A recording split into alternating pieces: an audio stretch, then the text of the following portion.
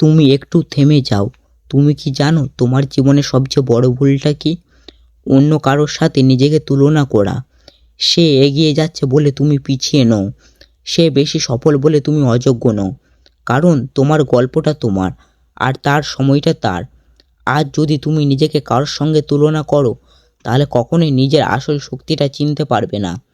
এই ভিডিওটা শেষ পর্যন্ত দেখো, হয়তো আজ থেকেই তোমার ভাবনাটা বদলে যাবে।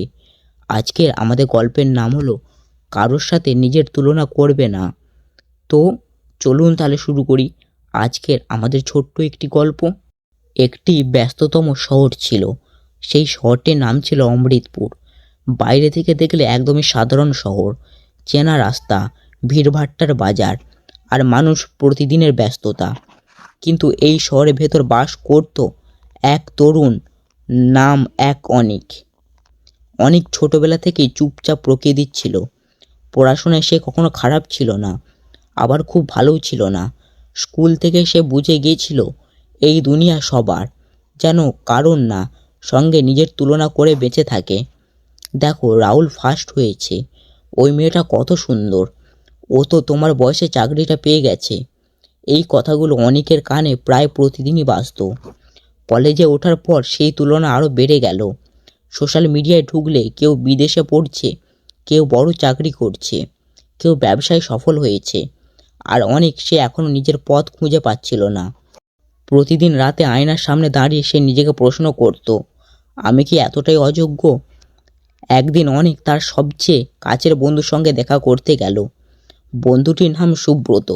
সুব্রত পড়াশোনায় খুব ভালো, কম্পাস ব্র্যান্ডে কোম্পানির চাকরি পেয়েছে।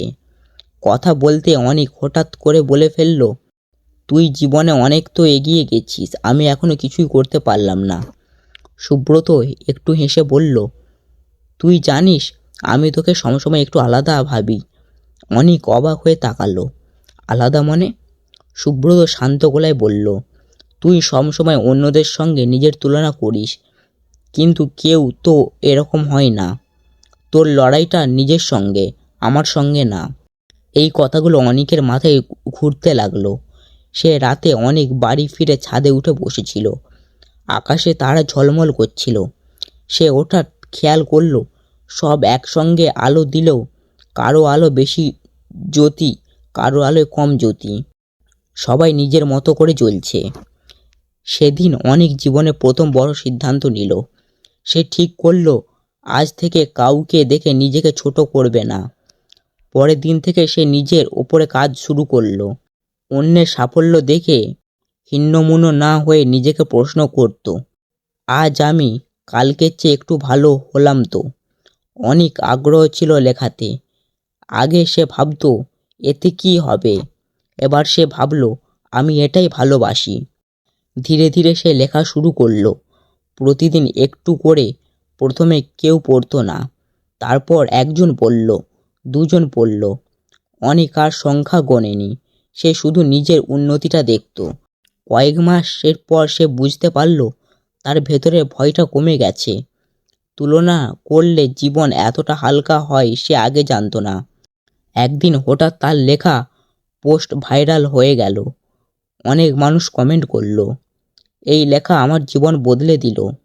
অনেক তখন হাসলো, কিন্তু সেই হাসিটা অহংকার ছিল না, ছিল কৃতজ্ঞতা। সেদিন সে সন্ধ্যায় আবার সুব্রতর সঙ্গে দেখা করতে গেল। সুব্রত বলল, দেখলি, তুই তো তোর পথটা নিজেই বাছিয়েছিস।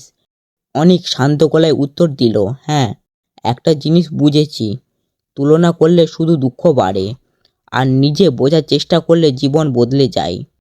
শেষে অনেক মনে মনে বলল, আমি কারোর মতো হতে চাই না, শুধু আমি আমার মতো হতে চাই।